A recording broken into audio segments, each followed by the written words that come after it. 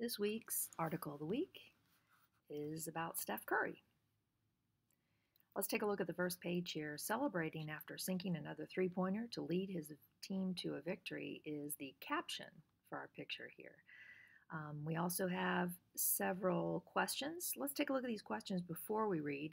Number one, why did Steph Curry choose to go to Davidson rather than walking on at another Division I school? And you need to note the paragraph where you find the information.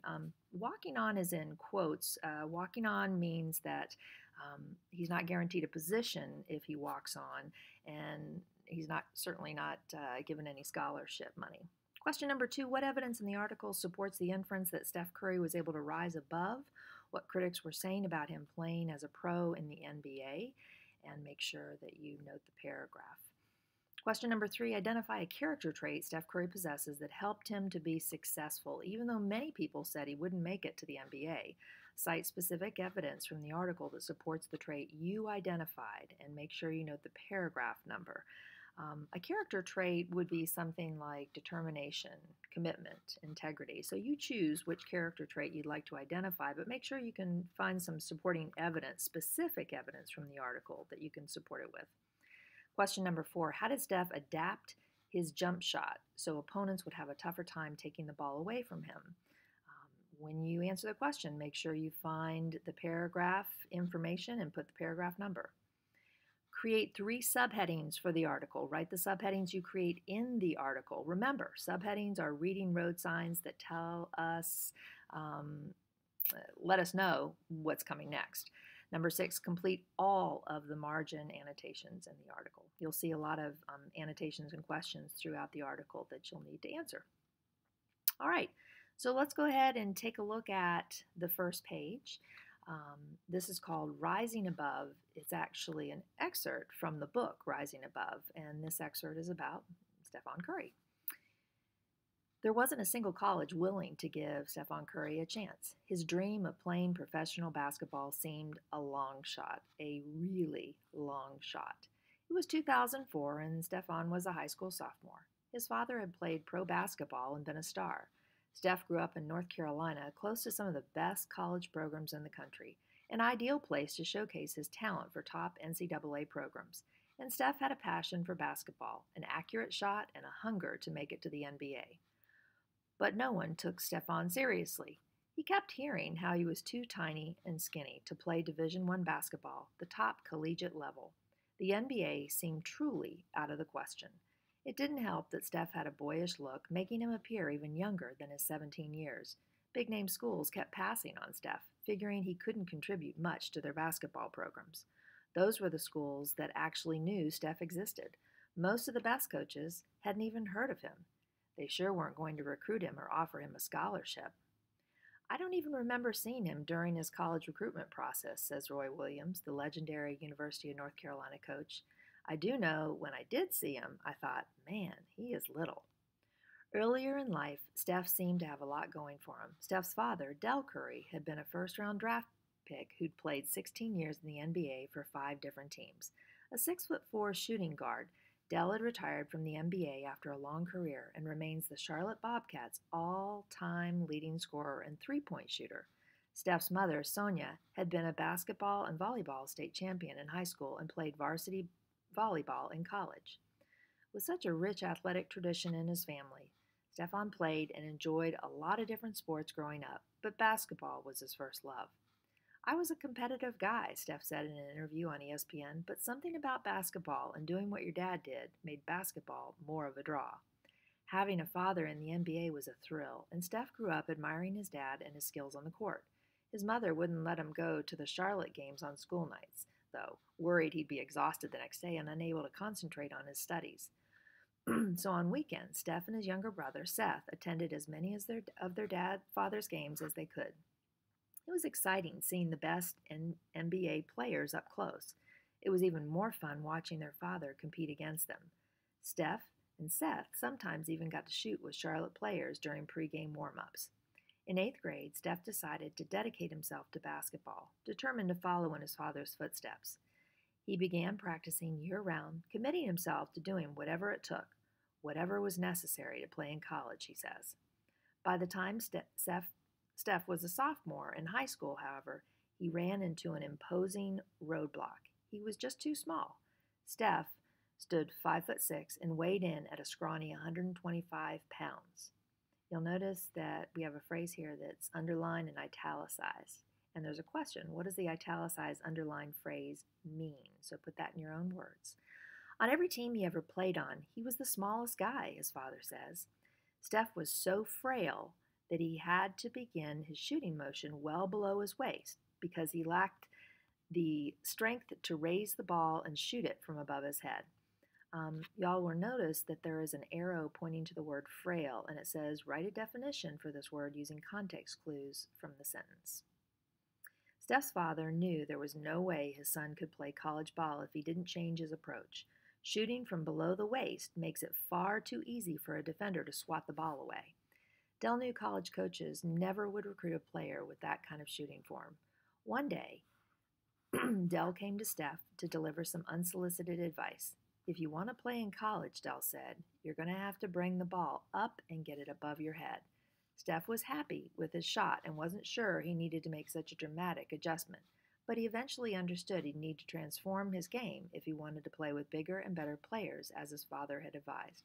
Given his size, the NBA seemed completely out of the question for Steph, but he still wanted to play college ball, so he agreed to let his father tutor him. Steph took the summer off from his usual activities, even from playing pickup basketball games, to focus on reinventing his jump shot. He didn't realize how difficult the process would be.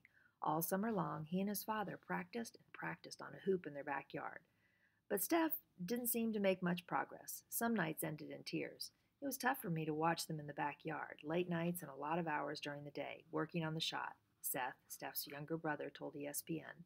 They broke it down to the point where he couldn't even shoot at all. He had to do rep after rep after rep to the point where he was able to master it. That was a tough summer for him, Dell agrees. Steph worked with his father on changing his release point and moving the ball above his head in order to make his shot harder for rivals to block.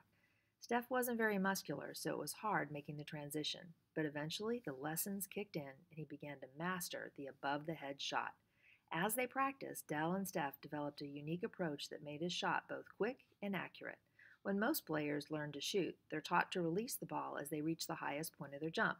But Steph was learning to shoot on the way up when he wasn't very far off the ground.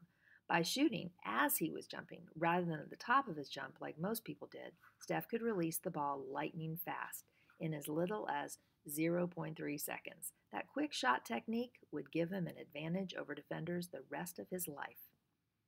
Notice for this next paragraph, there are two margin annotations. Shooting on the way up rather than at the top of his jump also enabled Steph's shot to take the form of a sharp arc, like a rainbow, making it easier to swish through the net.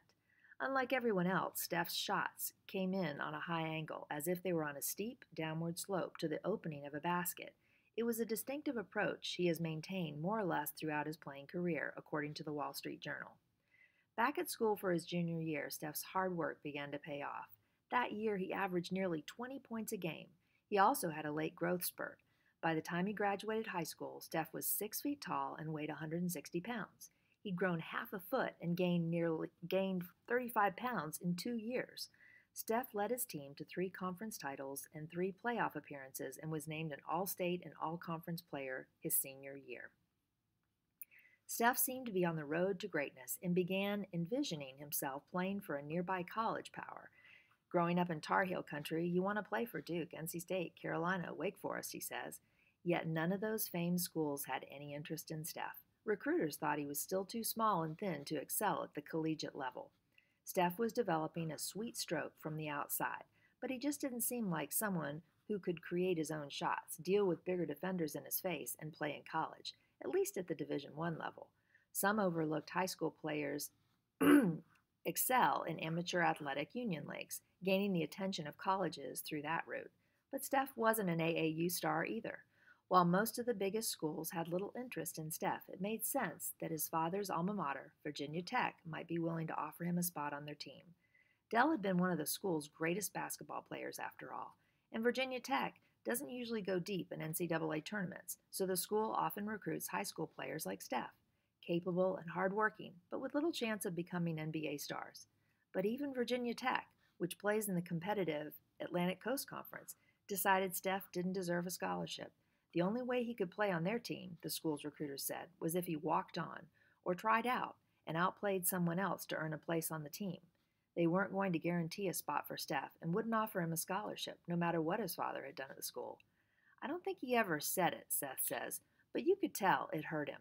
Steph tried not to get discouraged, hoping a small school might give him a chance. That summer, Steph focused on refining his game and improving his shot, using the brush-offs as motivation. The right college and coach will come, he told himself. Steph needed someone to believe in him. He found that person in Bob McKillop, the coach of Davidson College, a tiny liberal arts school located 20 minutes north of Curry's home. Coach McKillop knew all the famous universities had passed on Steph, but he had a feeling they were making a big mistake.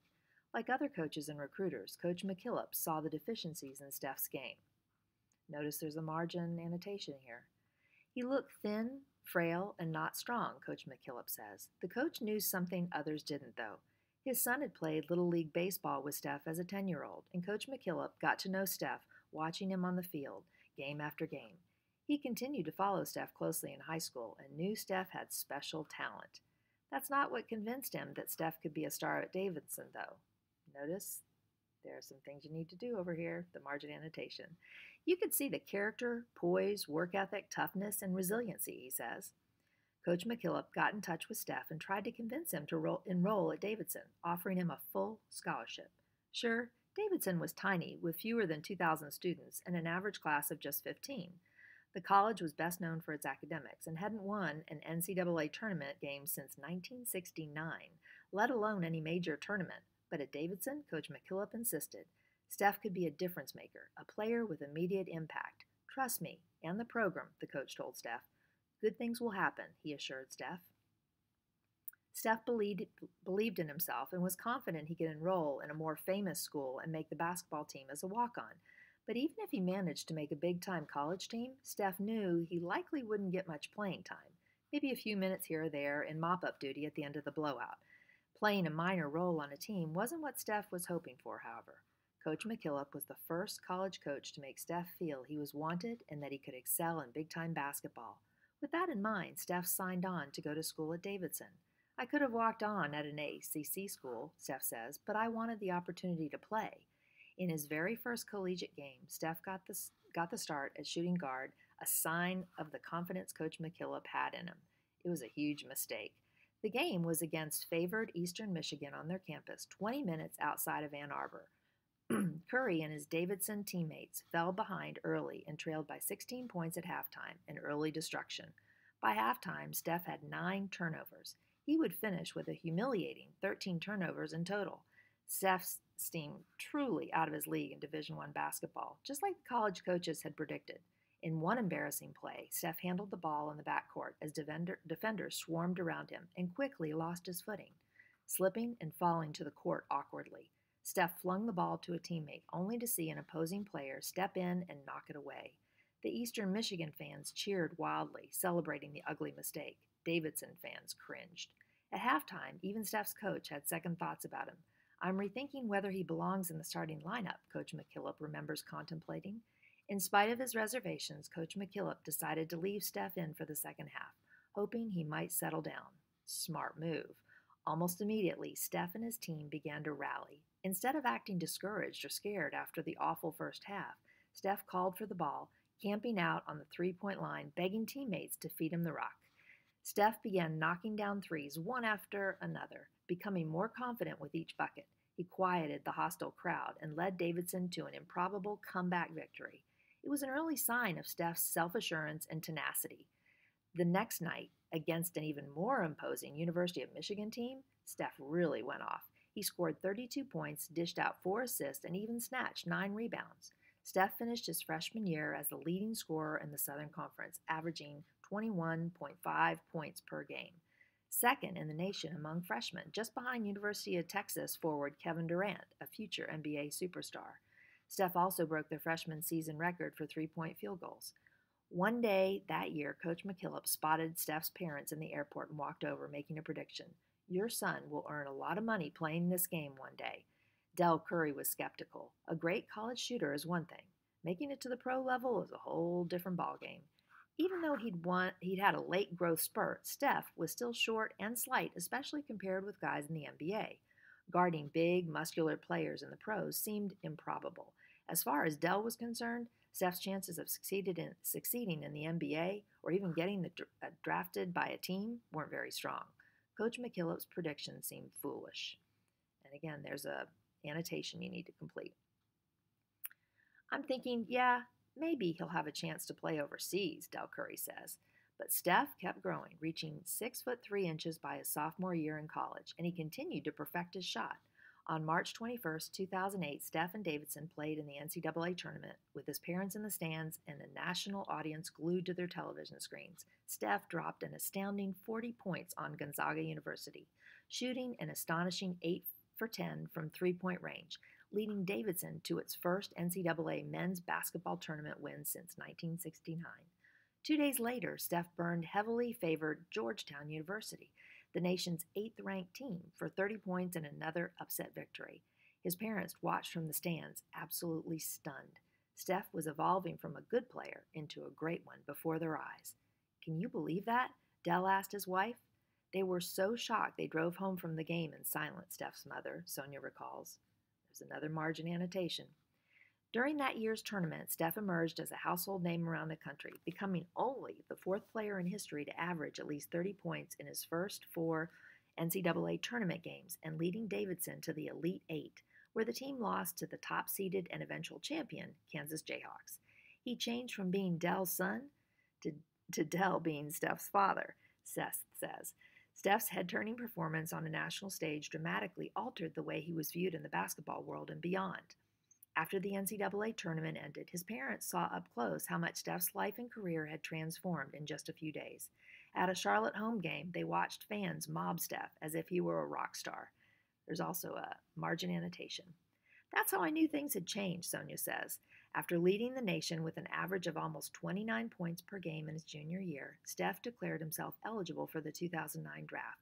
He still had legions of doubters, though. At 6'3", Steph was above average height for NBA point guard, but he lacked muscle, and it wasn't clear he could handle the physical toll of NBA games or defend athletic guards in the pros. I heard the same stuff I'd always heard throughout my life, he says. I'm too small, not athletic enough, can't play defense, and not strong enough. On the outside, Steph acted confident he could handle the next level, but inside, Steph shared some of the same concerns others had about whether he could make it in the pros. Steph was still baby-faced, frail, and thin. How was he going to defend tall, muscular, or super quick guards like Dwayne Wade, Kobe Bryant, Tony Parker? I was nervous, he told ESPN. Obviously, that transition is a big deal. Steph already was becoming a fan favorite thanks to his sweet shot and boyish looks. When he was picked 7th in the first round by the Golden State Warriors, fans in Madison Square Garden erupted. Some cheered. Others were upset he didn't drop another spot so the hometown New York Knicks could grab him with the 8th pick. That year, Steph had a strong debut season, finishing with an average of 17.5 points, 4.5 rebounds, 5.9 assists, and 1.9 steals per game. He was unanimously selected as a member of the all-rookie first team and finished second in the NBA Rookie of the Year award voting. But his body began to become a liability, just as the experts had feared. In the 2011-12 season, Steph missed 48 games dealing with 2 ankle surgeries. Some wondered if his injury woes would become chronic and whether Steph would become another Grant Hill, a former NBA player with unlimited potential who saw his career cut short by ankle troubles. Every question I got was, "How are your ankles?" Steph says. Steph spent 6 months rehabilitating, turning to his family for comfort and support. He tried his best to tune out skeptics who doubted his long-term prospects. It was really tough, Dell recalls. Many players get to the pros and are happy just to be in the NBA, but Steph's goal was to be a star, not just an ordinary player. Steph had averaged 18 points a game and 5.9 assists during his first 2 years at Golden State. Impressive numbers, but not good enough to make an all-star team. He was determined to prove the skeptics wrong and show he could become one of the NBA's best guards. Steph already was a dead-eyed shooter. His dribbling and ball handling skills weren't nearly as impressive, though. In college, the flaws in his game hadn't mattered very much because he'd been a shooting guard until his junior year, which meant he'd often come off screens for open shots. He hadn't needed to pass or dribble very much while filling that role. His teammates' screens helped him get open looks at the basket, but now, As an NBA point guard, Steph didn't have a chance at becoming an elite player unless he somehow turned his dribbling and passing weaknesses into strengths. You've got a margin annotation here. During the NBA lockout in the summer of 2011, Steph decided to rework his game, just as he had with his father as a child. It took a lot of courage for Steph to admit he was good, but not good enough. Steph hired a trainer and began intensive daily workouts at a local gym near his hometown of Charlotte, North Carolina, working on a series of unique and challenging drills, each with the goal of improving a different facet of Steph's game. One drill aimed at making Steph dribble with more force and confidence involved dribbling two balls at the same time. One a normal basketball, the other a much heavier and less bouncy ball. By dribbling harder, Steph learned to move the ball more quickly from the floor to his hand, helping him navigate tight spaces on the court, moving in and out of traffic. The drill also made his hands faster and stronger. Another drill involved tossing a tennis ball in the air, dribbling a basketball behind his back, and catching the tennis ball before it hit the floor. Steph's dribbling and passing skills were getting better, but he wasn't there yet. His drills became more complicated and challenging. Steph performed a series of between the leg and behind the back dribbles with one hand while his other hand was occupied. Sometimes Steph dribbled with one hand and waved a 40-pound rope in the other, for example. Later, Steph incorporated a drill in which he dribbled while wearing goggles that cut off vision in one eye to improve his court vision and passing. Over time, Steph's dribbling became as extraordinary as his shooting. Now he could dribble through traffic and around defenders with ease. He knew he'd have more space for his outside shot because defenders would have to respect his dribbling ability. He also was sure his passing skills had improved dramatically. Steph couldn't wait for the season to begin so he could unveil his new all-around game. In November 2012, Steph returned for his fourth NBA season. He was healthy finally, still deadly from downtown, and ready to unleash his revamped game, featuring moves few had ever seen. Ankle-breaking crossovers, quick changes of direction in super tight spaces, behind-the-back bounce moves. Steph's new skill set left defenders reeling. Just as he suspected, the moves created space for Steph to find open shots or to hit teammates with bullseye passes. In the 2012-13 season, Steph averaged 22.9 points, 6.9 assists, and 4 rebounds per game. He even scored a career-high 54 points in a loss against the New York Knicks, going 18 for 28 from the field. As his game improved, Steph felt he deserved to represent the Warriors in that year's NBA All-Star game. Before a midseason matchup in Chicago, Steph waited in his hotel room for the Western Conference All-Star team selections to be announced. Sure, his name would be called. The wait seemed to drag on forever. Finally, the roster was announced. To Steph's shock, he didn't make the cut. Steph had been overlooked once again. He sat in the room for several minutes, dejected. It was a disappointing moment he would remember for years. Whenever he got down or experienced a rough game, Steph often returned to the Warriors' locker room to find a text message waiting for him from his old college coach. Usually it was some helpful advice, sometimes in language that only Steph could understand. Sleep in the streets, Coach McKillop often would text, for example. Steph knew what the cryptic message meant. His old coach was sharing a lesson from former NBA player and coach Kevin Lowry. When life's rough and you're missing your shots or dealing with other kinds of disappointments, the only way to respond is to practice your heart out, even if it takes all night, leaving you locked out of your home and forced to sleep in the streets. There's an annotation here. Coach McKillop was telling Steph that the best response to a setback is to work even harder. Steph got the message. Gonna be sleeping in the streets tonight, Steph texted right back to Coach McKillop. Instead of dwelling on the All-Star diss, Steph decided to continue working on his game. Later that season, Steph set the single-season record for three-pointers and led the Warriors to the playoffs, losing in the second round to the San Antonio Spurs. During the 2013-14 season, Steph was rewarded for his hard work. This time, when the All-Star team rosters were announced, Steph's name was called. Not only did he make the team, but he was voted in as a starter. The kid who many had thought had little to no chance of making the NBA was officially a star, finishing the year with 24 points and 8.5 assists a game.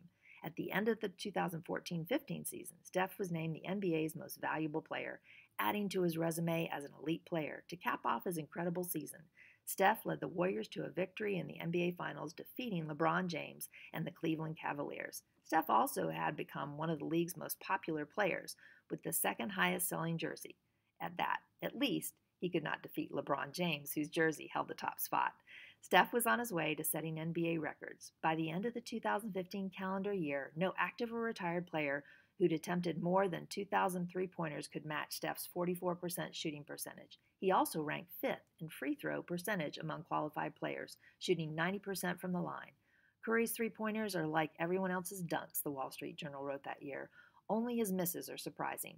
To watch Steph Curry play basketball is to witness a shooter unlike any the NBA has ever seen. In the winter of 2015, Steph visited Madison Square Garden, the mecca of the basketball world, for a showdown with the New York Knicks. He racked up 22 points with relative ease, hitting open men and putting on a dribbling clinic, flashing big smiles after nice plays and receiving the Garden's loudest cheers, a rarity for a visiting player. In the locker room after the game, while icing his knees and dealing with scratches on both arms, souvenirs from aggressive defenders who had failed to slow him down, Steph took time to share his thoughts on his unlikely career.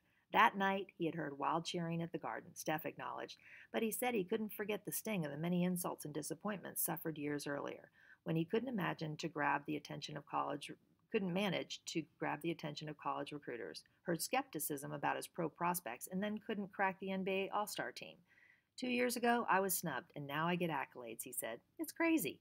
Asked what advice he had for young people having their own troubles gaining appreciation and attention, Steph urged patience. Find your niche and find ways to have fun on the court. Hold yourself to a high standard, he says. If you have the right attitude, you'll eventually get noticed. Nowadays, scouts will find you wherever you are. He shared other advice relevant for basketball and life. Talent only takes you part of the way, he said. To be a success, much more is needed. If you dream big and work hard, you'll see results, Steph said with a smile. It's the hard work that separates you. At the bottom, we've got an SWBST, someone wanted but so then, and then you're going to write a paragraph and submit it on Canvas, so you'll see that later this week.